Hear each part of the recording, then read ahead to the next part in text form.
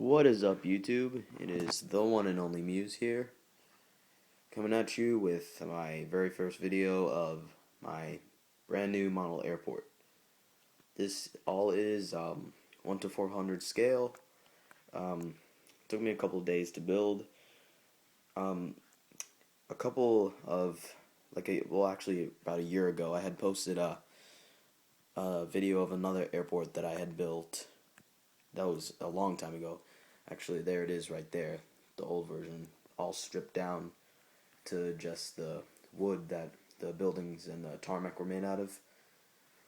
But as you can see, I built a brand new version, and it is actually not finished. As you can see, there is an empty apron right in the middle there.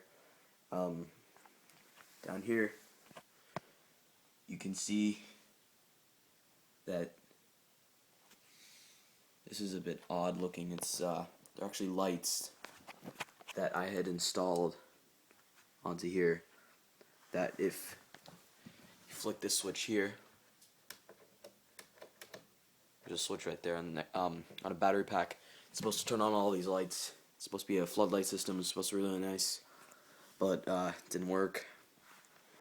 And my version 2 video will most likely have the lights functional by then, and hopefully I will have my brand new aircraft. Alright, let's show you around. First of all, this is all constructed mainly out of plywood. This is a half-inch thick piece of plywood. Forgot the dimensions in terms of length and width. The airport building, the main building, is also made out of plywood. Basically, that's the piece of plywood you're seeing is the same piece of wood that they gave me at Home Depot. So, not a lot of work was done there. I'm gonna do a couple changing in the future. Alright, so, and the jetways and the ground vehicles are all Gemini jets. I believe so, at least. All on Amazon, very cheap, very nice. Well, I mean, it's inexpensive. They're actually very good for their price. And that little roof thing that you're seeing, I don't know, I just put that in for, I don't know, just some other structure besides the slab of wood that I used. Alright, let's show you the aircraft. First up, actually let's start over here. First up, Delta 757-200. It's very nice. It's got it a while ago. Yeah, and it's very well detailed.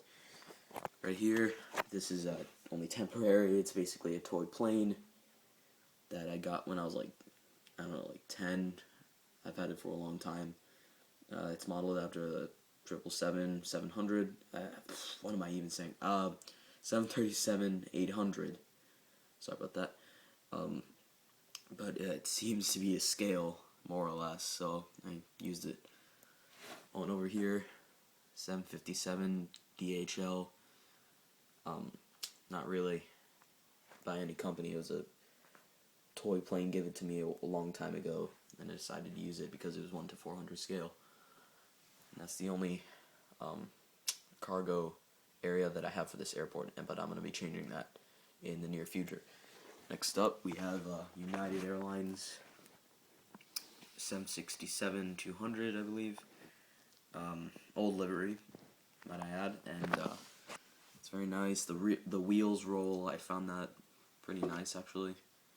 But yeah, these are the Delta and the United are both Gemini jets. Very nice. Got them on Amazon. Next up, my favorite plane so far, British Airways 747-400, and it's just gorgeous looking. I love it. It's awesome. I just love it.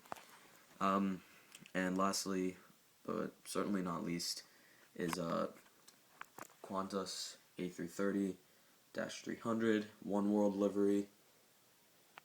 It's a very nice aircraft. It's second largest. Yeah, so that's those are all my aircraft as of now.